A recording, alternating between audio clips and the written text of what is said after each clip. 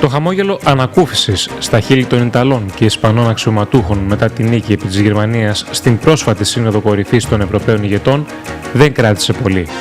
Αναλυτές χαρακτηρίζουν τη νίκη αυτή ως μια προσωρινή λύση του προβλήματος που παρατείνει μια άρρωστη κατάσταση.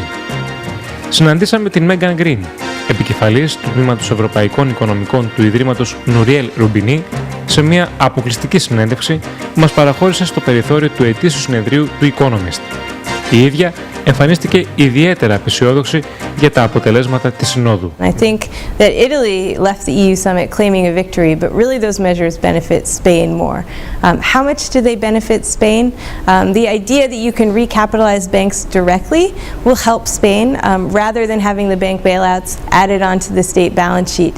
That being said, even without the bank bailouts, I think Spain's public debt burden is unsustainable. So is it a game changer for Spain? Not really. Will it help?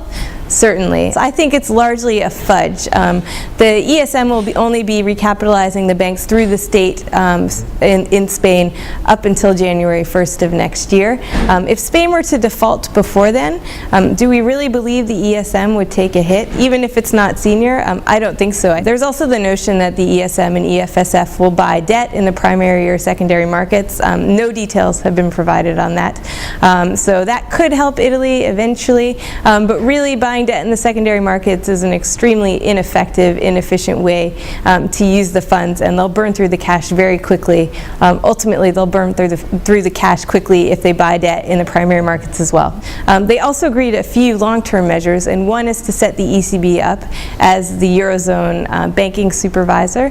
That's the first step towards a banking union, but it's also the easiest step to agree. So there is a chance that Greece's debt burden will be relieved slightly if the amount of money from the bailout that went to the banks in Greece were somehow separated out from sovereign debt at this point. You could get a small debt burden relief. Would it be enough to make Greece solvent? Absolutely not. I don't think it will make a fundamental difference for Greece. Now, you've actually mentioned in your speech that Greece will definitely be the first country, or is predicted to be the first country to exit the euro in the next 4-6 months? I think Greece will choose to exit the Eurozone early next year. And I think it will come down to a negotiated, managed process whereby Greece and the Troika come together and, like an amicable divorce, admit this was never meant to be. And I think the Troika will provide bridge financing to Greece so that when Greece does exit, the Troika can use the bailout money that's currently going to the government and instead use it to support the exchange rate. Because if you have a massive devaluation that's uncontrolled, you'd have hyperinflation in Greece. And Greece isn't self-sustaining in food or energy, so that would be detrimental.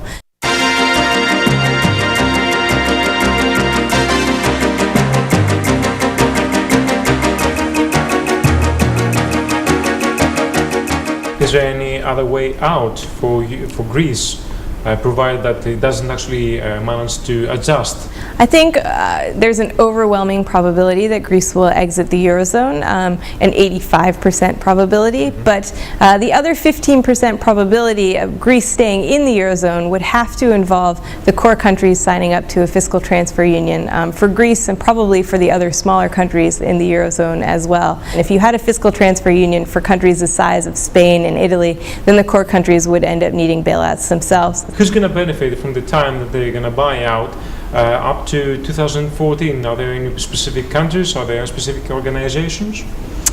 I mean, the idea is Spain and Italy will benefit. The idea is that they'll actually use that time to implement the structural reforms without having to face pressure in the bond markets. What exactly is going to be the position that Germany is going to take in terms of the rest of the European countries? Because the victory, as claimed by Italy and Spain against Germany, has been taken a bit severely in Germany.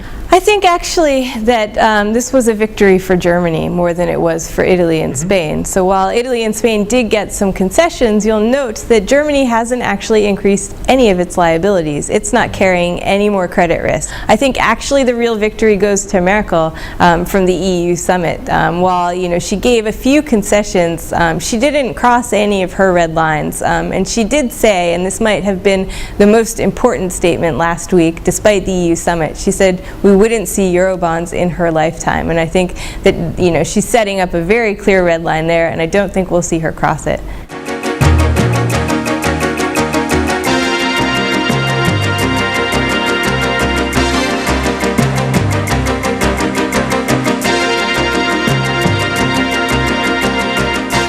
Do you believe that Germany is going to be the first country to leave the euro if something goes wrong? No, I don't think Germany will be the first country to leave the Eurozone. Germany is overwhelmingly dependent on exports for growth. What happens next to Greece, provided that Greece exits euro and depreciates its own currency, the new currency, whether this is drachma or any other currency? Well, there will be a big drop in living standards. People ask me what exports does Greece really have. There's shipping, that money is all offshore, so shipping won't benefit Greece at all if it were to exit the Eurozone. But Greece does have a tourism industry, and for example, Iceland's tourism industry, which is currently booming now that it has defaulted and devalued its currency, could serve as a model. Greece is an agricultural industry, manufacturing, pharmaceuticals. None of these sectors have done particularly well, particularly because they've lacked competitiveness. Also, when you see countries devalue, you have import substitution, so there could be new markets, new sectors springing up that we haven't really focused on that could lead to sustainable growth. Do you have any idea what the exit of Greece will probably cause to the rest of the European countries or even the global economy? Because this will certainly create some social uprising. It'll cause a social uprising. It will probably cause the beginning of a bank run, if not a full-fledged bank run. Banks will have to write down their Greek government holdings. That being said, Greece has been at the center of this crisis for years now, and so banks have been provisioning for this. They've had time to prepare. So I don't think those losses would be massive. Is it possible for Greece to maintain its position in the European Union while it's being excluded from the European zone, the Eurozone? Currently, it's illegal to leave the Eurozone without also leaving the EU, but I think that kind of legislation can be dealt with by writing new legislation.